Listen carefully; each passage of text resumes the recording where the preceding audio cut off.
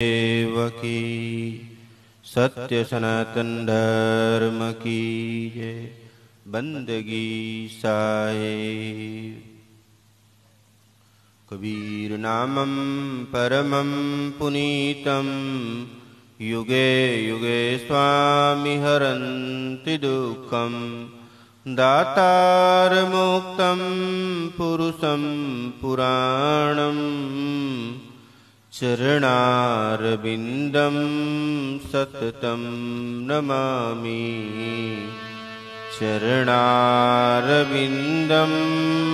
सततं नमामि। माला टोपी सुमारणी सदगुरु दिया बख्शीश। पल पल गुरु को बंदगी चरण नमावो शीश। चरण नमावो शीश। बोलिए सद्गुरु भगवान की जय। आज परम सौभाग्य का दिन पिपलोद की पावन धरती पर। ऐसे गुजराती बोले तो कोई तकलीफ है? नहीं, आप लोग सब हिंदी बोल रहे हैं इसलिए मुझे ऐसा लगा कि सभी हिंदी हिंदी सुनते होंगे, गुजराती शायद नहीं समझते होंगे। लेकिन मैं तो समझता हूँ सब गुजराती ही गुजराती है, लेकिन हिंदी बोलने का ट्राई कर रहे हैं ऐसा लग रहा है। बहुत अच्छी बात है। कबीर साहिब की एक दो साखियां की झलक आपने पूर्व वक्ता से सुनी। ये विद्वत गण की मंच है और ऐसे धाम धड़ी की चर्चा हम कितने समय से सुन रहे हैं। ऐसे कई एक बार धानपुर पिपेरो वगैरह में 3-3 दिन का शिविर हुआ करता था। एक दो बार मैं गया भी था। तो अपने जीवन के लिए कबीर साहिब कहते हैं, कबीर कुआं एक है पनिहारी अनेक। बर्तन सब न्यारे न्यारे भये पानी सब में एक। ये सभी चराचर जीव एक ही परमात्मा के अंश हैं और वही परमात्मा सबके गट गट में आकर बैठे हैं, लेकिन सब अलग अलग बर्तन में बटे हुए हैं। इसलिए हम सबको अलग अलग चेतना, अलग अलग अपनी दृष्टि, अलग अलग विचार, लेकिन सबके मूल में परमात्मा तक पहुंचना ही है। इसीलिए साहिब ने हम सबको स्पष्ट कर दिया कि कबीर कुआं एक है पनिहारी अनेक।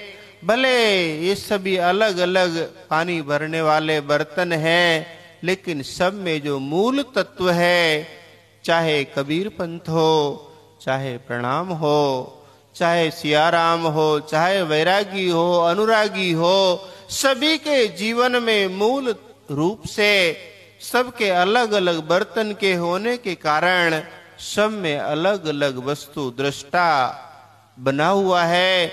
इसीलिए हम आप सबके जीवन में साहिब कहते हैं कि कबीर मन निर्मल भया जैसे गंगा नीर।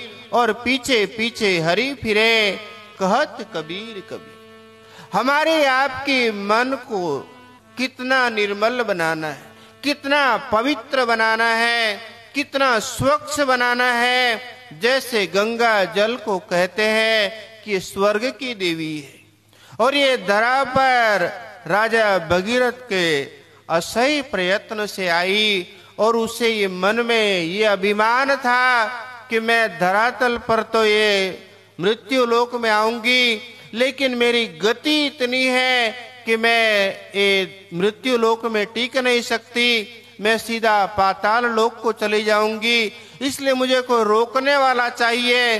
तो फिर से राजा भगीरथ ने कहते हैं कि शंकर भगवान की उपासना की और शंकर भगवान फिर तैयार हुए और स्वर्ग की देवी ये धरती पर आई और शंकर अपने जटा के अंदर संभाल लिए और फिर अपने जटा को बांधा।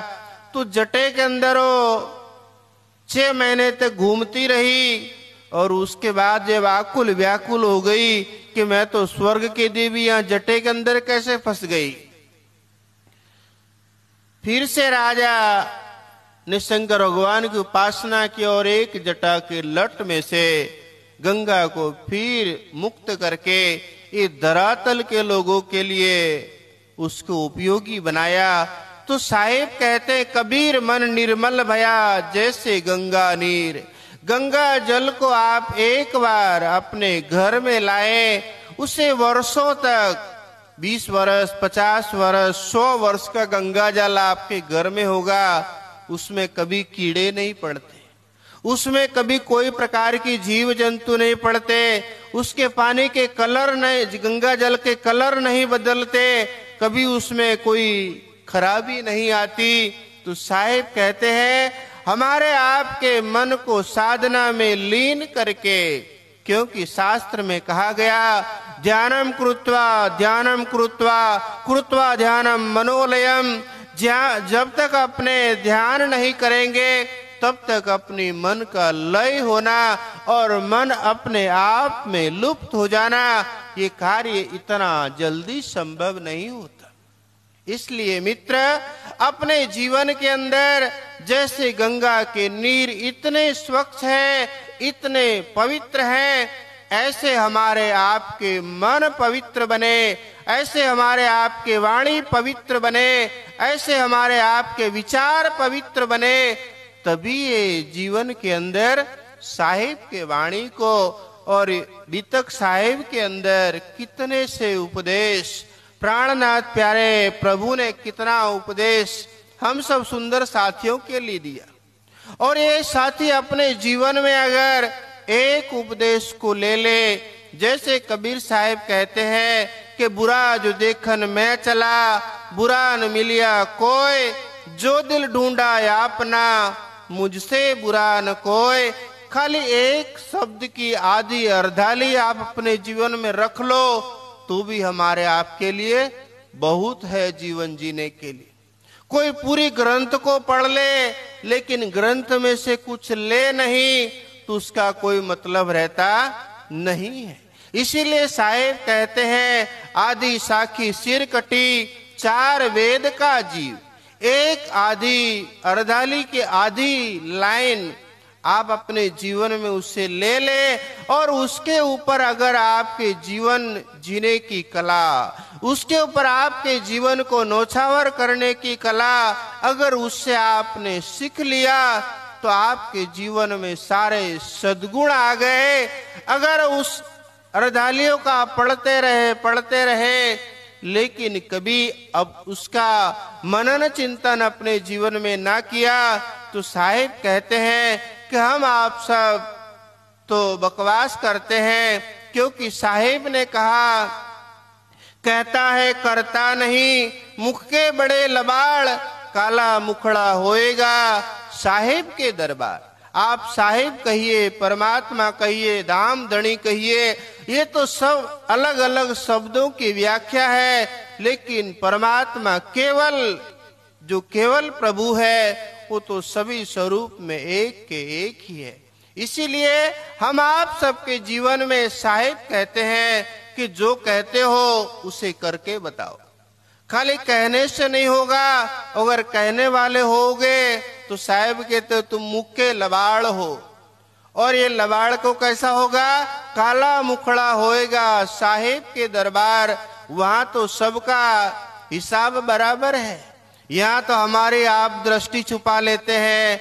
कोई आदमी करते हैं कुछ बुरा काम, आप हम देखते हैं, फिर भी हम आपने बोल देते हमने नहीं देखा, लेकिन ऊपर वाले के पास तो हिसाब किताब दूध का दूध और पानी का पानी है। क्यों कि साहिब कहते हैं कि नीर चीर का करे निबेड़ा, कहे कबीर सो हंस हमारा परमात्मा का हंस वही है जो नीर और क्षीर, दूध और पानी उसका निवेड़ा कर दे, अलग सत्य और असत्य को समझ ले।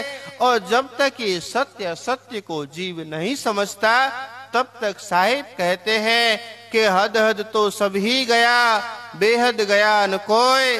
बेहद के मैदान में रहा कबीरा सोए। वो तो बेहद के मैदान तो हम आप सबके जीवन से सैकड़ों मीटर दूर है, और ऐसे जगह पर कोई पूर्ण सद्गुरु हम आप सबके जीवन में प्राप्त हो, तभी उस जगह तक हम पहुंच सकते हैं। आज का ये परम सौभाग्य का दिन, ये बहुत समय से ये प्रभु का मंदिर बन रहा था। आज उसका परम सौभाग्य का दिन है कि 5 दिन का पवित्र अवसर रखकर यहाँ के सुंदर साथियों ने जो ये उत्तम लाभ सबको दिया, और उसमें मुझे भी कहने के लिए 2 दिन पहले आए थे, और मैंने भी उन्हें बताया था कि मैं एक दिन दर्शन के लिए और आप सबका दर्शन करके, क्योंकि सबके अंदर जो बैठे हुए चेतन आत्मा है वो तो सभी एक ही है, इसीलिए सबका दर्शन परसन का आज सुंदर सौभाग्य प्राप्त हुआ। हम आप सबके ये कार्य से और आप सबका मिलना जुलना और ये ग्रंथ का पठन और अपने जीवन को उत्तम बनाने का जो कार्य आप सबने मिलकर किया, परमात्मा आप सबको हर हमेशा सुख शांति समृद्धि ऐश्वर्य बुद्धि शक्ति और आपके जीवन में परमात्मा की परम चैतन्य को प्राप्त करने की शक्ति प्रदान करे। ऐसे वाणी के साथ मैं अपने वाणी को विराम देता हूँ। सर्वे भवन्तु सुखिनः, सर्वे सन्तु निरामयाः, सर्वे भद्राणि पश्यन्तु, मा कश्चित् दुःखभाग् भवेत्। प्राणी मात्र के जीवन में लेश मात्र का दुख संताप न हो, ऐसे सद्भावना के साथ बोले सद्गुरु भगवान की। बोलो श्री प्राणनाथ प्यारे कीजे। ऋषिकेश बापू जरे प्राणनाथ मंदिर सेवा पधरावणी महोत्सव में खरेखर आ पधार्या।